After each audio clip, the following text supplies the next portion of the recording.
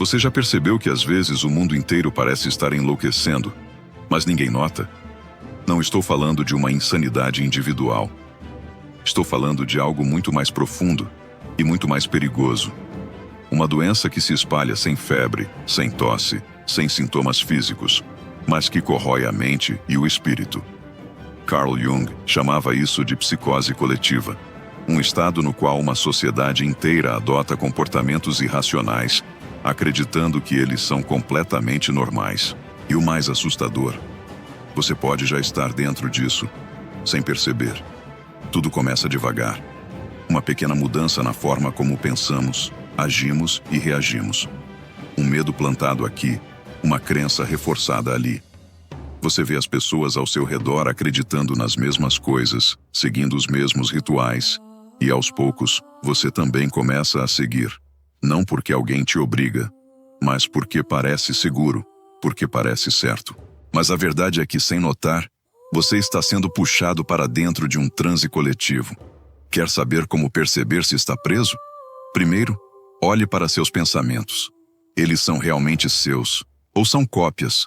Se alguém tirasse todas as opiniões da sua família, dos seus amigos, das redes sociais, o que sobraria? Depois, perceba suas reações. Se você se irrita quando alguém pensa diferente, se sente medo ao ver alguém quebrando regras que todos seguem, talvez você não esteja reagindo sozinho. Talvez esteja reagindo como parte de um organismo coletivo. Carl Jung chamava isso de possessão psíquica.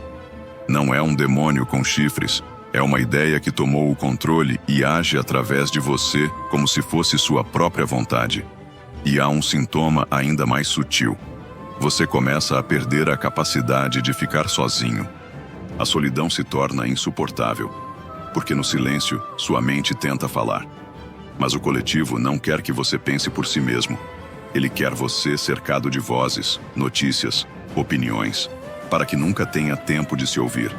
E assim, você defende a prisão como se fosse liberdade. E quando todos estão presos na mesma cela, chamam isso de sociedade. Imagine um palco imenso, milhares de pessoas dançando, todas no mesmo ritmo, todas seguindo os mesmos passos, mas nenhuma lembra quando aprendeu essa coreografia. Esse é o roteiro invisível da psicose coletiva, e parar de dançar significa ser visto como estranho, e ser estranho é perigoso. Albert Bandura dizia: as pessoas aprendem muito mais pelo exemplo do que pelas palavras. Você imita o que vê, não porque alguém mandou, mas porque o instinto de pertencer é mais forte que a coragem de questionar. E para manter essa dança, o sistema precisa de combustível. Medo. Medo de perder o emprego. Medo de ser excluído. Medo de pensar diferente. O coletivo não te quer livre. Ele te quer útil. E utilidade, na lógica dele, é obedecer. Mas chega um ponto em que a psicose coletiva deixa de ser invisível e se torna o próprio ar que respiramos. A verdade já não importa. O que importa é a narrativa.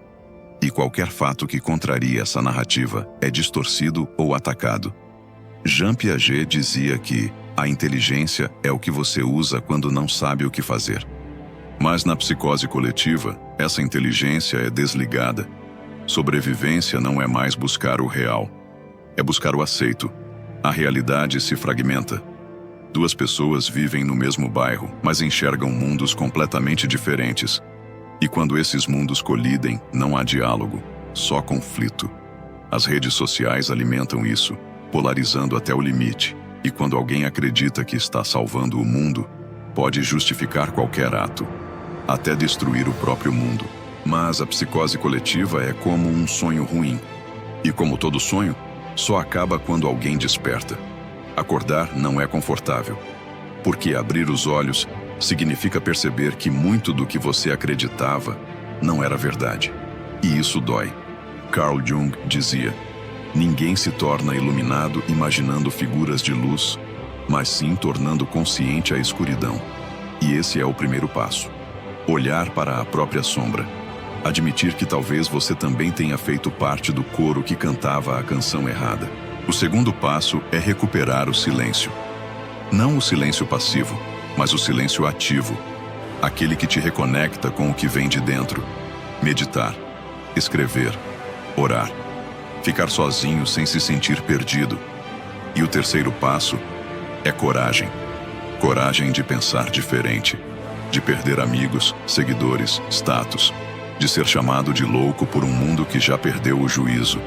Não existe vacina contra a psicose coletiva, mas existe antídoto, consciência, e ela só cresce quando alguém ousa sair da fila, mesmo que todos os outros continuem andando.